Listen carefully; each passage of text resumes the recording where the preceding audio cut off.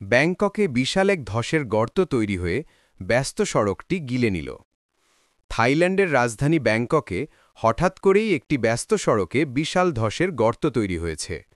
ঘটনাটি ঘটে সোমবার দুপুরে শহরের মধ্যাঞ্চলের একটি গুরুত্বপূর্ণ সড়কে।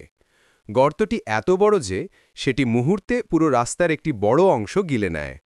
ফলে যানবাহন চলাচল বন্ধ হয়ে যায় এবং আশপাশে আতঙ্ক ছড়িয়ে পড়ে। স্থানীয় গণমাধ্যম জানায়, ধসের গর্ত তৈরি হওয়ার সময় সড়কে বেশ কয়েকটি গাড়ি ও মোটরসাইকেল ছিল, তবে দ্রুত ব্যবস্থা নেওয়ায় কোনো প্রাণহানির ঘটনা ঘটেনি। পুলিশ ও জরুরি সেবা কর্মীরা দ্রুত ঘটনাস্থলে পৌঁছে সড়ক ঘিরে ফেলে এবং মানুষকে নিরাপদ স্থানে সরিয়ে নেয়।